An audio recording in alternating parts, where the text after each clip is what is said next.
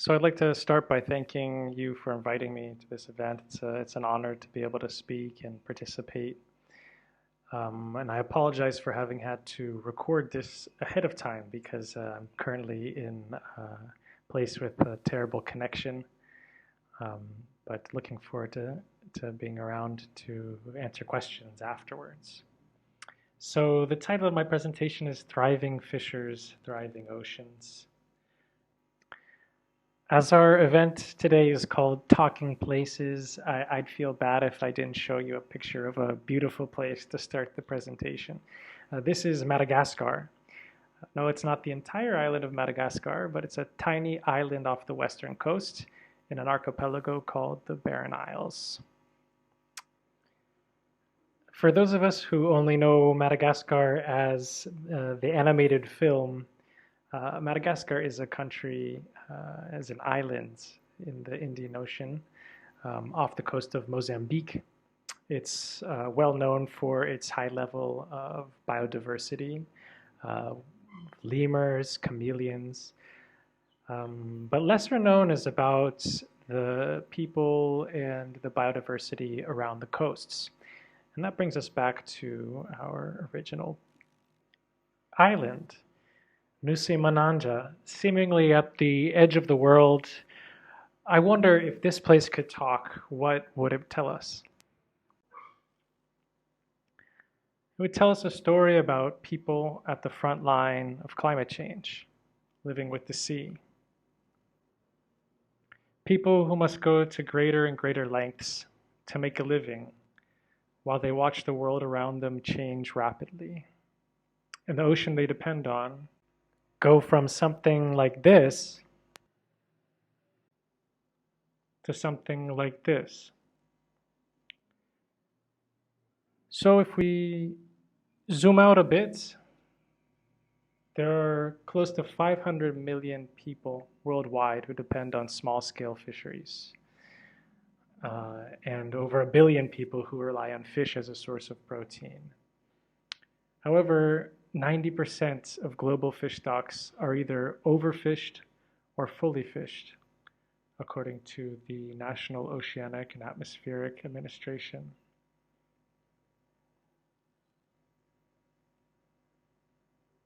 Around the world, small-scale fisheries look completely different. You've got people of different ages, different cultures, people using different fishing methods, and people targeting different species.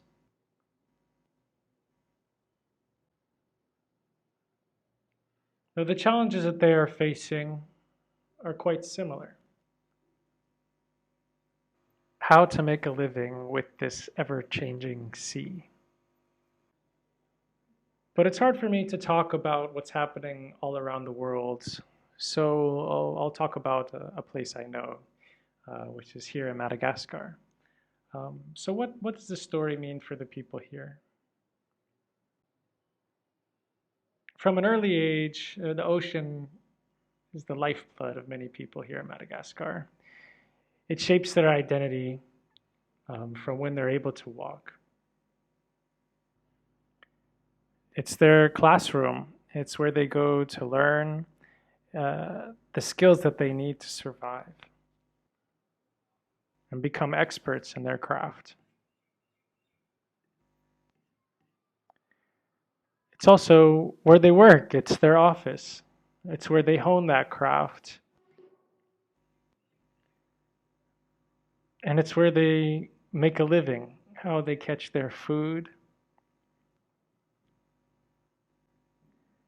and how they're able to earn money and support their families. Though most of the fishers I talk to now are wondering what their future tied to the sea will look like.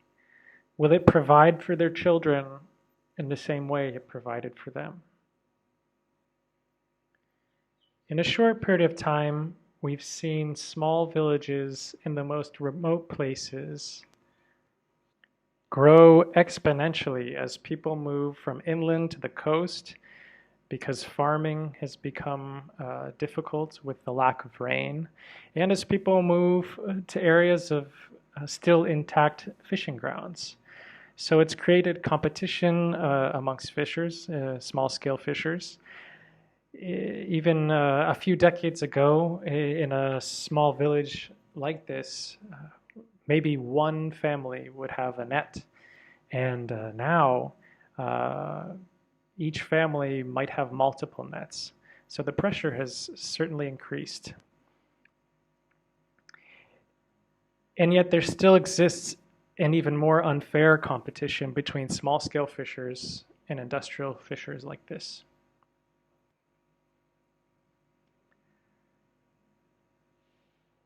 And perhaps the worst threat are these increasingly intense and extreme weather events. Storms like these that threaten the homes, fishing grounds with rising sea levels and rising temperatures. So people here in a short period of time have seen a place of relative abundance with a high diversity of species, of good size, dwindle to a point where they are struggling to make a living.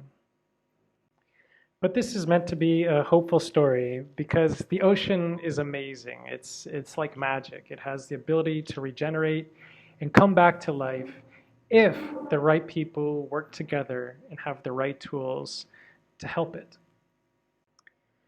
And I've seen this magic happen with my own eyes in this small village of Bangulu in southwest Madagascar.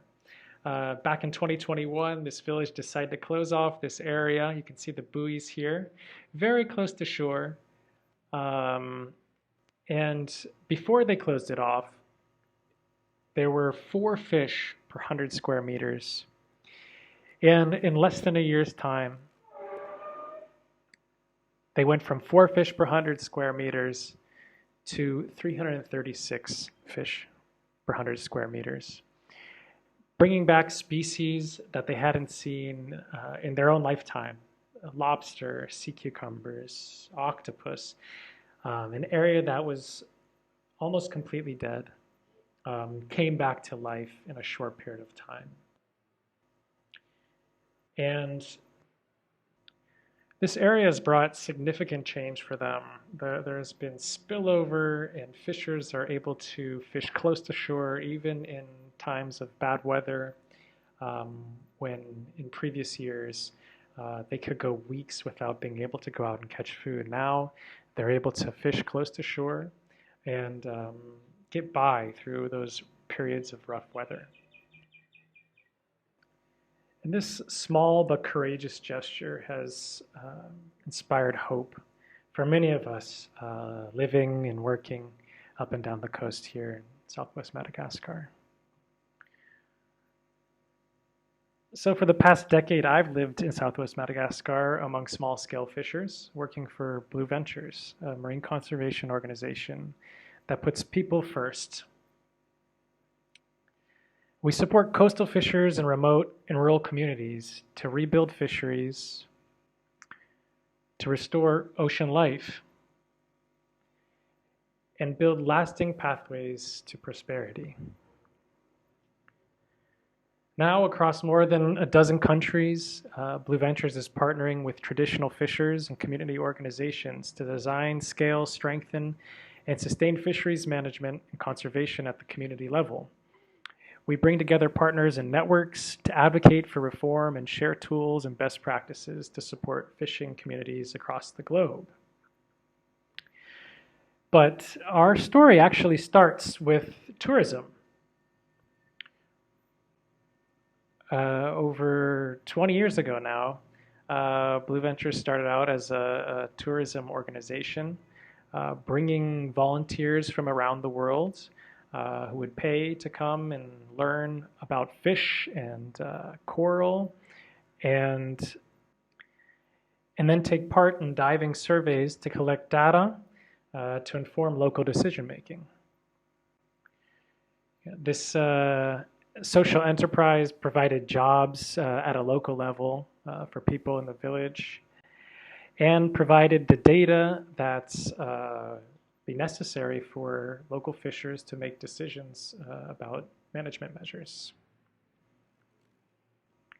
But along the way, we realized that it's not just about the data. While data is extremely important, what's more important are the stories behind the data and the people behind the data and the people who are telling those stories. So in 2020, after COVID hit, we closed down our tourism operations and have focused much more on local data collection, invested more in training local people to collect data, to analyze and facilitate discussions around interpreting it.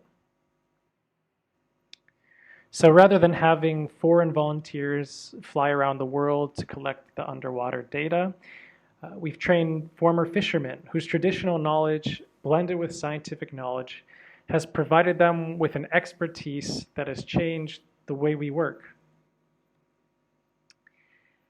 And those local experts have passed their training on to others up and down the coast, who now boast a high level of technical capacity to collect data and guide adaptive management in their own communities. They've led participatory habitat mapping with youth and elders to find out what once was, and have begun gathering data to understand what's happening now. The majority of these fishers we've trained don't have high school or middle school diplomas, yet what they've been able to accomplish and the traditional knowledge and skills they've been able to blend together has led to something incredible. The no-take zone I was talking about earlier, and subsequently has led to a bit of a revolution up and down the coast of southwest Madagascar, where we're seeing more and more small permanent no-take zones like this pop up and restore ocean life and bring hope back to fishers.